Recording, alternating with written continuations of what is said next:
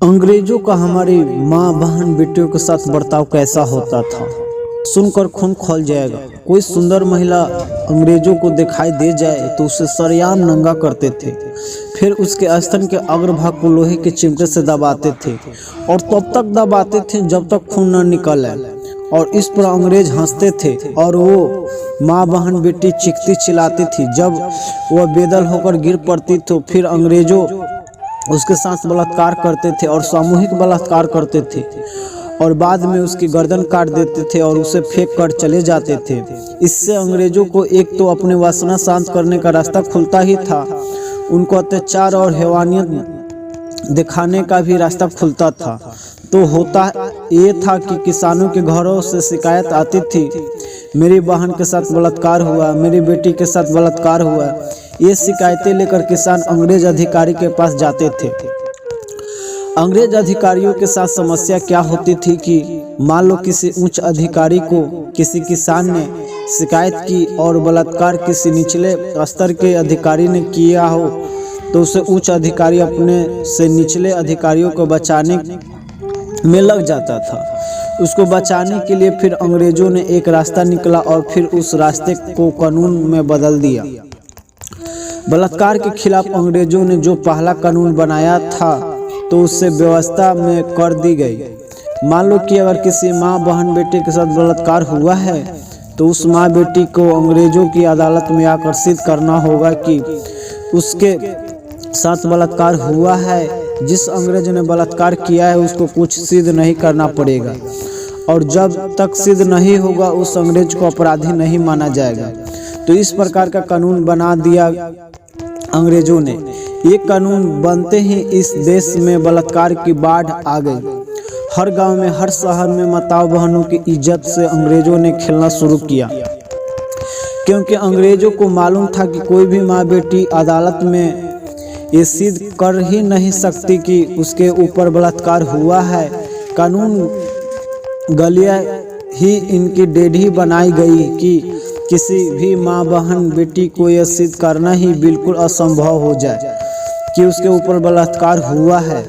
आप सोचिए मित्रों, इससे बड़ा अत्याचार क्या हो सकता है कि जिसके ऊपर अत्याचार हुआ है उसे सिद्ध करना है कि उसके ऊपर अत्याचार हुआ, जिससे अत्याचार किया उसे कुछ भी सिद्ध नहीं करना है कि इससे अत्याचार किया। परिणाम ये होता था कि अगर 100 अंग्रेज बलात्कार करते तो उसमें मात्र 2 से 3 के खिलाफ ही साबित हो पाता था और उनका ही सजा मिल पाती थी। 97 से 98 अंग्रेजों बिल्कुल छूट जाते थे। कई अंग्रेजों अधिकारियों को निजी डायरी के दस्तावेज मौजूद है। यह अंग्रेज अधिकारी था जिसका नाम था कर्नल नील। उसके डायरी में कुछ पन्ने हैं, उसमें वो लिख रहा है कि जहाँ जहाँ मेरी नियुक्ति हुई कोई दिन ऐसा नहीं गया कि जब मैंने किसी माँ बहन बेटी के साथ बलात्कार नहीं किया हो। ये नील के डायरी के अपने लिखे हुए शब्द है। आप सोचिए कितने हैवानियत भरे थे ये अंग्रेज। मित्रों, यह सब अंग्रेजों ने किया, कानून की मदद से किया। बलात्कार का कानून ही ऐसा बना दिया कि कोई भी माँ बहन बेटी सीधी नहीं कर सके और किसी भी अंग्रेज को सजा ही ना हो। और यही कानून मित्रों आज़ादी मिलने के 15 अगस्त 1947 के बाद जला देना चाहिए था, ख़त्म कर देना चाहिए। लेकिन बहुत अफसोस की बात है कि आज़ादी मिलने से 69 वर्ष बाद आज भी ये कानून ऐसा ही चल रहा है। आज भी माताओं बहनों बेटियों के साथ बलात्कार हो रहे हैं और उन्हें अदालतों में सिद्ध करना पड़ रहा है कि उनके खिलाफ अत्याचार हुआ है। अत्याचार करने वाले को कुछ सिद्ध नहीं करना पड़ रहा है। आप जानते हैं कि किसी भी सभ्य माँ बहन बेटी अगर आप पूछे कि उसके साथ बलात्कार हुआ है, कैसा हुआ है, तो अगर थोड़ी ही भी सभ्य संस्कृति है तो उत्तर नहीं दे सकती। और उनके मौन का फायदा उठाकर ये कानून हमारे देश की करोड़ों माँ बहन बेटियों के से खिलवाड़ कर रहा है। बहुत दुख है कि ये कहते हुए कि बलात्कार के 100 मुकदमे में अगर पुलिस के यहाँ रजिस्टर होते हैं तो मात्र 5 में ही आरोपी को सजा मिल पाती है। 95 अपराधों को अपराधी छूटकर बरी हो जाते हैं, क्योंकि कानून अंग्रेजों के समय का बनाया हुआ है।